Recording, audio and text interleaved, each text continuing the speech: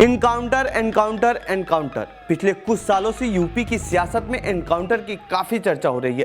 पिछले कुछ दिनों से ये और तेज हो गई है क्योंकि अतीक अहमद के बेटे असद को पुलिस ने एनकाउंटर में ढेर किया और अब माफिया डॉन अनिल दुजाना को। यूपी और देश के अन्य राज्यों में भी एनकाउंटर होते रहते हैं और इस पर अक्सर सवाल उठते रहते हैं, चाहे वह एनकाउंटर किसी माफिया डॉन का हो या फिर किसी आतंकी की। अब सवाल ये है कि क्या संविधान में इस तरह की चीजों का प्रावधान है या नहीं। आखिर पुलिस एनकाउंटर क्यों करती है? क्या संविधान पुलिस को एनकाउंटर करने का अधिकार देता है? पुलिस अवैध एनकाउंटर को वैध कैसे करार देती है? तो आइए जानते हैं इन्हीं सभी सवालों के जवाब। संविधान और कोर्ट दोनों ही पुलिस के एनकाउंटर को गलत ठहराते हैं। इसमें कई मामलों में कई बार पुलिस वालों को सजा भी हो चुकी है, लेकिन एनकाउंटर के मामलों में कोई कमी नहीं आई है, ये लगातार बढ़ते ही गए हैं। उसकी वजह है बढ़ता हुआ क्राइम। वैसे एनकाउंटर शब्द भारत से ही निकला हुआ शब्द है। आमतौर पर एशियाई देशों में ये बहुत कॉमन हो चुका है। फिल्मों में इसे खूब दिखाया जाता है। पहला, जिसमें कोई खतरनाक अपराधी पुलिस या सुरक्षा बलों की कस्टडी से भागने की कोशिश करता है। ऐसे में पुलिस को उसे रोकने या पकड़ने के लिए फायरिंग का इस्तेमाल करना होता है।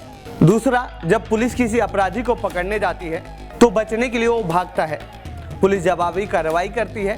किसी अपराधी द्वारा पुलिस पर हमला करने पर भी पुलिस उसका एनकाउंटर करती है।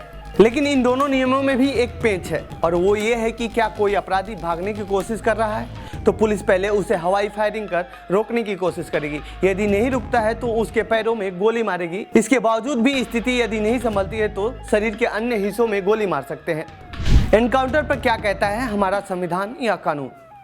भारतीय कानून एनकाउंटर को सही नहीं ठहराता है। हालांकि कुछ ऐसे नियम कानून जरूर हैं जो पुलिस को पावर देते हैं कि अपराधियों पर हमला कर सकती है। तब अगर अपराधी की मौत हुई तो इसे सही ठहराया जाता है। सभी तरह के एनकाउंटर में पुलिस ये जिक्र करती है कि ये कार्रवाई आत्मरक्षा के दौरान हुई या अपराधी को भागने से रोकने या फिर बेकाबू होने से रोकने के लिए हुई है।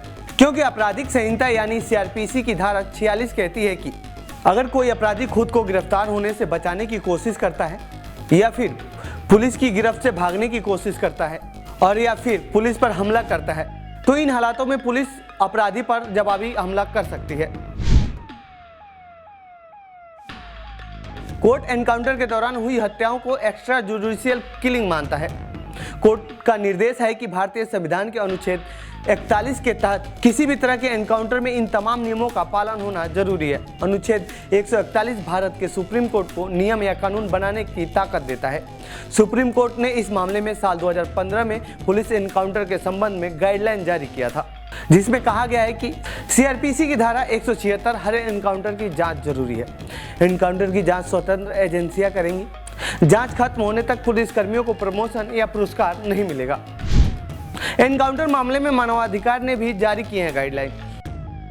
सुप्रीम कोर्ट ही नहीं, एनकाउंटर वाले मामले में मानवाधिकार आयोग का भी गाइडलाइन है। इसमें कहा गया है कि जब किसी पुलिस स्टेशन के इंचार्ज को किसी भी पुलिस एनकाउंटर की जानकारी प्राप्त हो वह इसे तुरंत रजिस्टर में दर्ज करे। जैसे ही किसी तरह के एनकाउंटर की सूचना मिले और फिर उस पर किसी तरह की आशंका जाहिर की जाए उसकी जांच करना जरूरी है। जांच दूसरे पुलिस स्टेशन की टीम करेगी या फिर राज्य की सीआईडी के जरिए होनी चाहिए। अगर जांच में पुलिस अधिकारी दोषी पाए जाते हैं तो मारे गए लोगों के परिजनों को उचित मुआवजा मिलना चाहिए। लेकिन पुलिस एनकाउंटर में अक्सर आत्मरक्षा की दलील देती है क्योंकि पुलिस को ये आसान रास्ता दिखता है और बच भी जाती है, लेकिन कई मामलों में पुलिस पर भी कार्रवाई होती है।